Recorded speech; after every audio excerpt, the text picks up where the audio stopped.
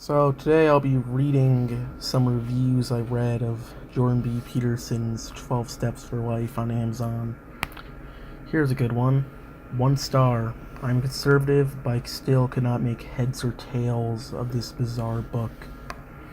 I want to preface my review by saying that I think I am as close as one can be to Mr. Peterson's target audience. I am a 30-year-old white male with right-of-center readings. The reason I mention this is because many of Peterson's fans often dismiss critics as liberals, Marxists, etc.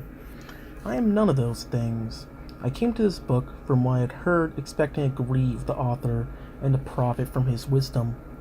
I have never been more disappointed in my life. Virtually every one of the criticisms that you see leveled in these 1-star reviews is completely accurate. I won't rehash what others have said, but here's a few observations I haven't seen others make yet. Inappropriate tone. I had the audiobook version, so I was able to hear Mr. Peterson narrate the book himself. He sounds angry throughout the book, as if the reader is mocking his past and needs to defend himself. For example, at one point he exclaims, "Lying is wrong! It's wrong!" I felt like he was screaming. And the underlying point itself, is wrong, is completely uncontroversial. That's it! I expect this book presents us as if some fighters out. I don't understand. Another example is at one point, in the end of chapter 8, he actually breaks down crying while reading the commandments of the chapter.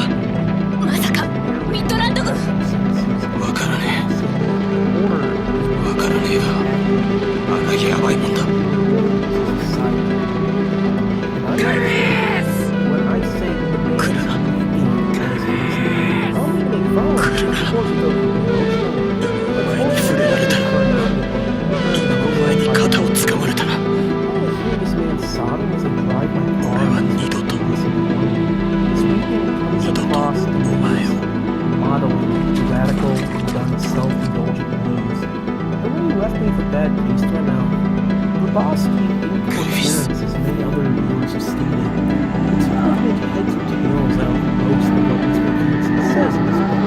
It's true, there are definitely some pearls in the history, such as cleaning up one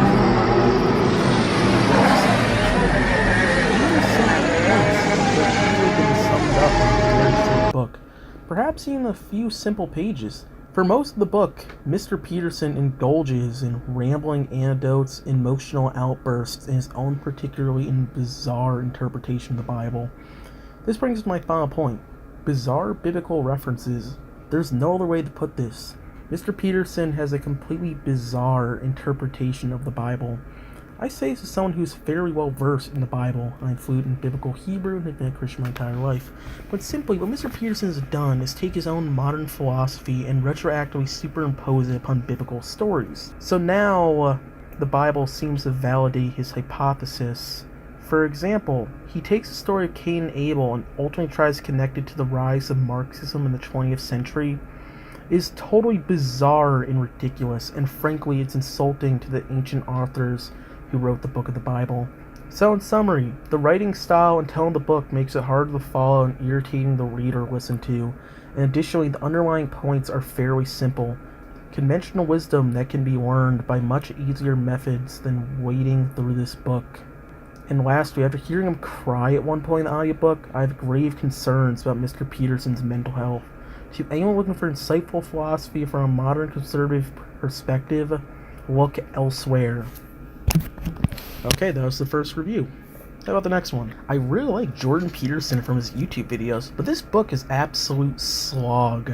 There's so much metaphorical comparisons and abstract ramblings in it that can go from paragraphs without actually saying anything of value.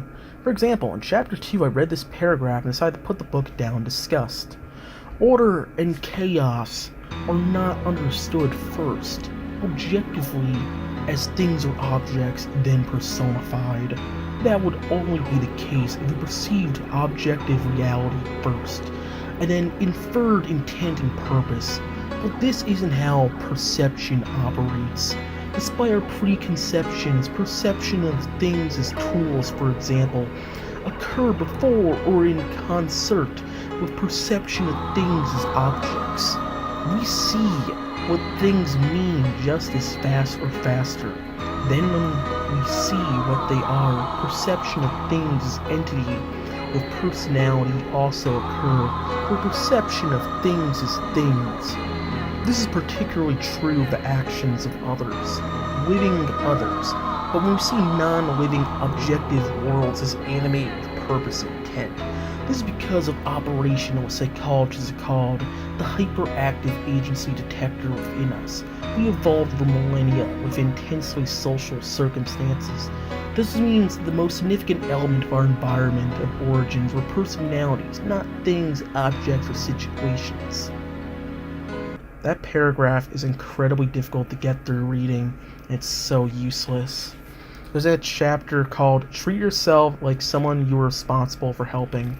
Tons of stuff like the above in the book, and halfway through chapter 2 I've given up on it and will be turning it to the library.